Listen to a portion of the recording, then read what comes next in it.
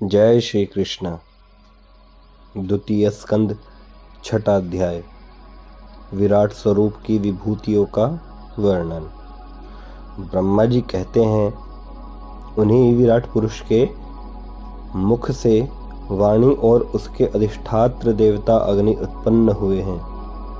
सातों छंद उनकी 7 धातुओं से निकले हैं। मनुष्यों, पितरों और देवताओं के भोजन करने योग्य अमृतमय अन्न सब प्रकार के रस, रसनेन्द्रिय और उसके अधिष्ठात्र देवता वरुण विराट पुरुष की जिह्वा से उत्पन्न हुए हैं।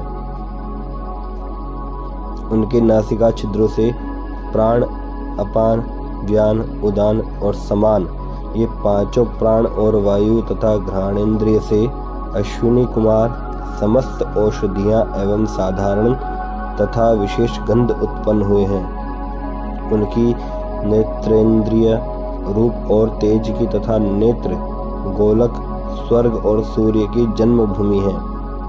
समस्त दिशाएं और पवित्र करने वाले तीर्थ कानों से तथा आकाश और शब्द श्रोत्रेंद्रिय से निकले हैं। उनका शरीर संसार की सभी वस्तुओं के सार भाग तथा सौंदर्य का खजाना है। सारे यज्ञ, स्पर्श और वायु उनकी त्वचा से निकले हैं। उनके रोम सभी उद्भिज पदार्थों के जन्म स्थान हैं, अथवा केवल उन्हीं के जिनसे यज्ञ संपन्न होते हैं। उनके केश, दाढ़ी, मूछ और नखों से मेघ, बिजली, शिला एवं लोहा आदि धातुएं तथा भुजाओं से प्रायः संसार की रक्षा करने वाले लोकपाल प्रकट हुए हैं। उनका चलना फिरना भुः, भुवः, स्वः तीनों लोकों का आश्रय है। उनके चरण कमल प्राप्त की रक्षा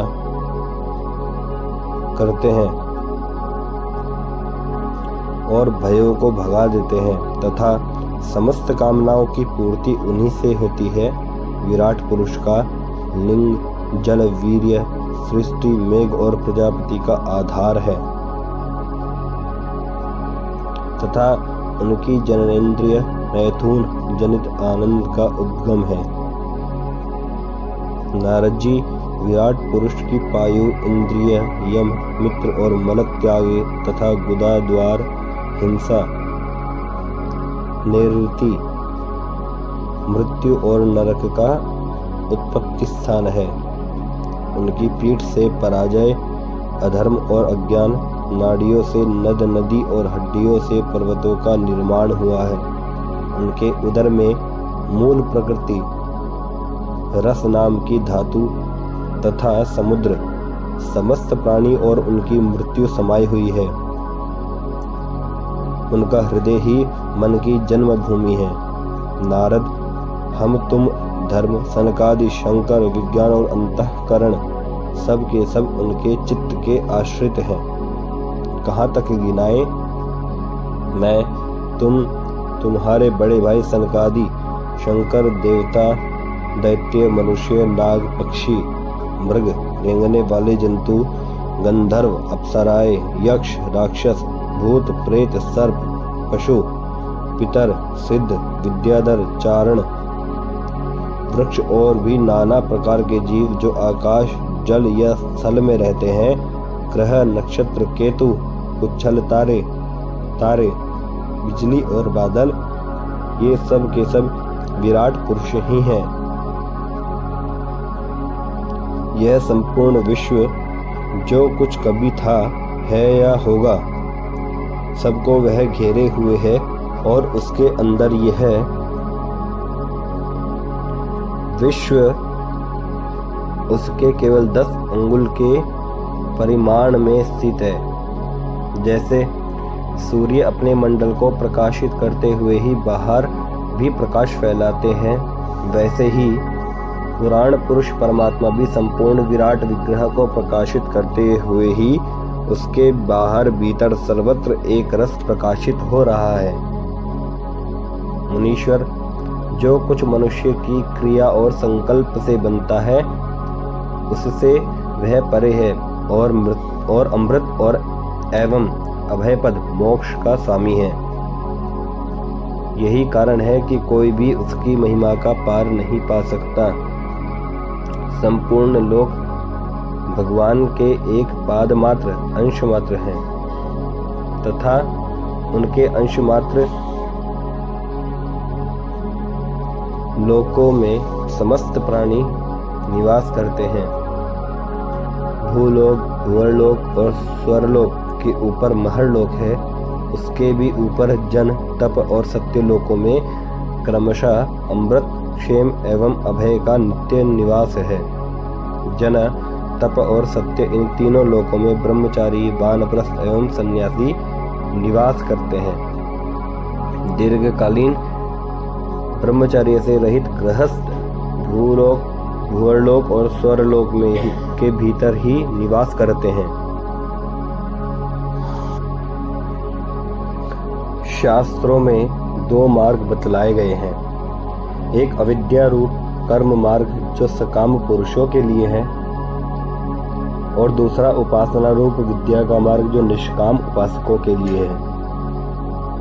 मनुष्य दोनों में से किसी एक का आश्रय लेकर भोग प्राप्त कराने वाले दक्षिण मार्ग से अथवा मोक्ष प्राप्त कराने वाले उत्तर मार्ग से यात्रा करता है, किंतु पुरुषोत्तम भगवान दोनों के आधारभूत हैं।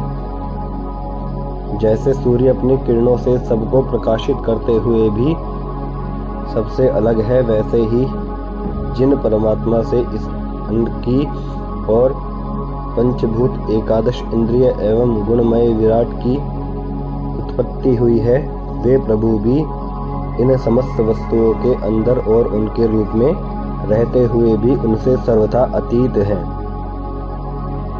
जिस समय इस विराट पुरुष के नाभि कमल से मेरा जन्म हुआ, उस समय इस पुरुष के अंगों के अतिरिक्त मुझे और कोई भी यज्ञ की सामग्री नहीं मिली। तब मैंने उनके अंगों में ही यज्ञ के पशु, यूप, स्तंभ, कुश, यह यज्ञ भूमि और यज्ञ के योग्य उत्तम काल की कल्पना की। ऋषि श्रेष्ठ, यज्ञ के लिए आवश्यक पात्र आदि वस्तुएं, जौ, चावल आदि औषधियां, घृत आदि स्नेह पदार्थ, छह रस, लोहा, मिट्टी, जल, ऋक, यजु, साम, चातुर्होत्र, यज्ञों के नाम, मंत्र, दक्षिणा, व्रत, देवताओं के नाम, पद्धति, ग्रंथ, संकल्प, तंत्र, अनुष्ठान की रीति, गति, मति, श्रद्धा, प्रायश्चित और समर्पण, यह समस्त यज्ञ सामग्री मैंने विराट पुरुष के अंगों से ही इकट्ठी की। इस प्रकार विराट पुरुष के अंगों से ही सारी सामग्री का संग्रह करके मैंने उसी सामग्रियों से उन यज्ञ स्वरूप परमात्मा का यज्ञ के द्वारा यजन किया।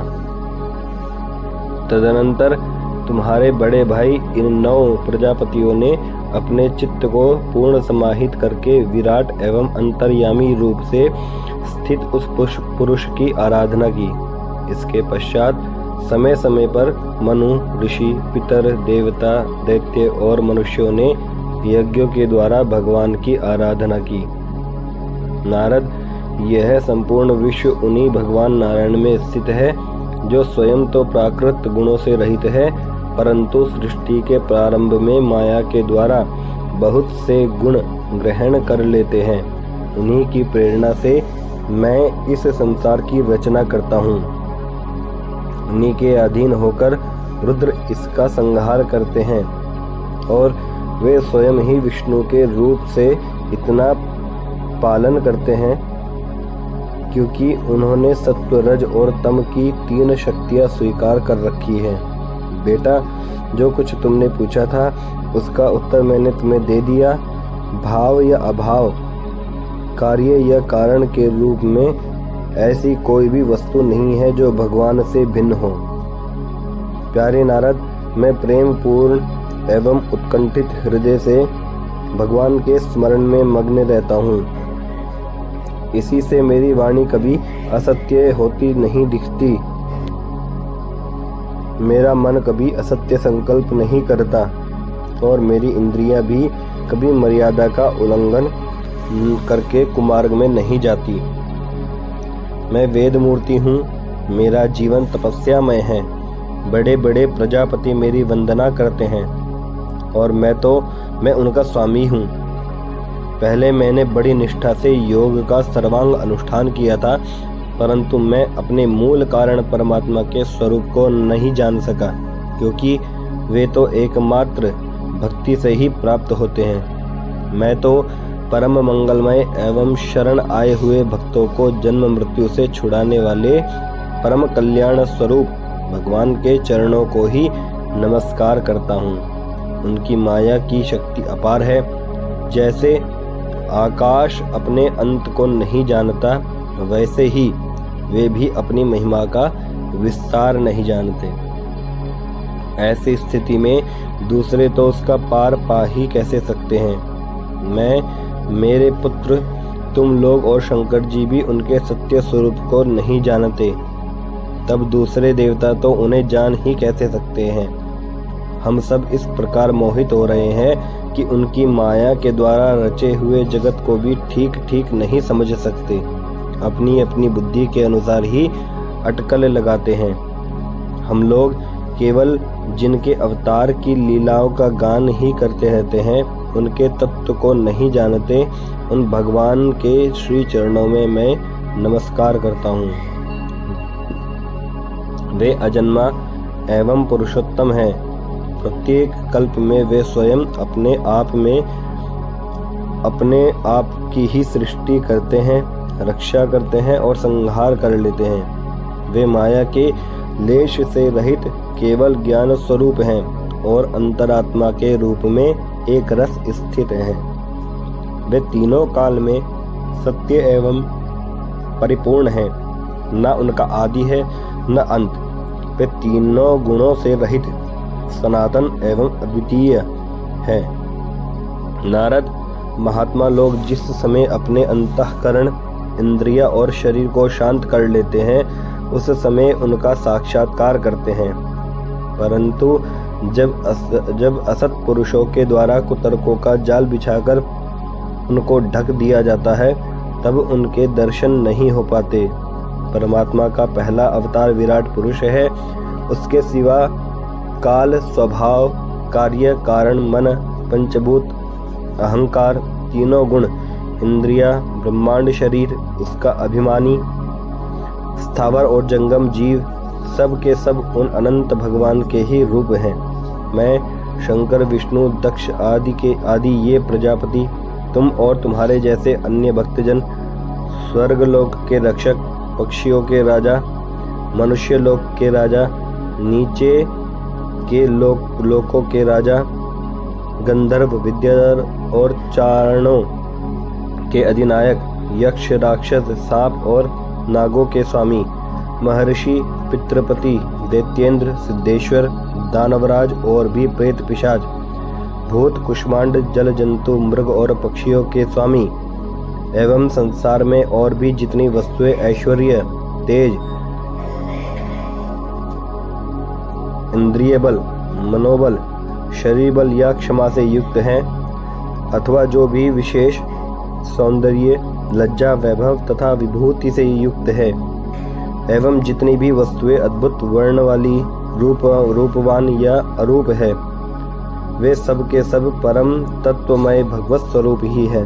नारद, इनके सिवा परम पुरुष परमात्मा के परम पवित्र एवं प्रधान लीलावतार भी शास्त्र में वर्णित हैं। उनका मैं क्रमशः वर्णन करता हूँ। उनके चरित्र सुनने में बड़े मधुर एवं श्रवणेन्द्रिय के दोषों को दूर करने वाले हैं। तुम सावधान होकर उनका रस लो। द्वितीय स्कंद, छठा अध्याय समाप्त। जय जय श्री राधे श्याम।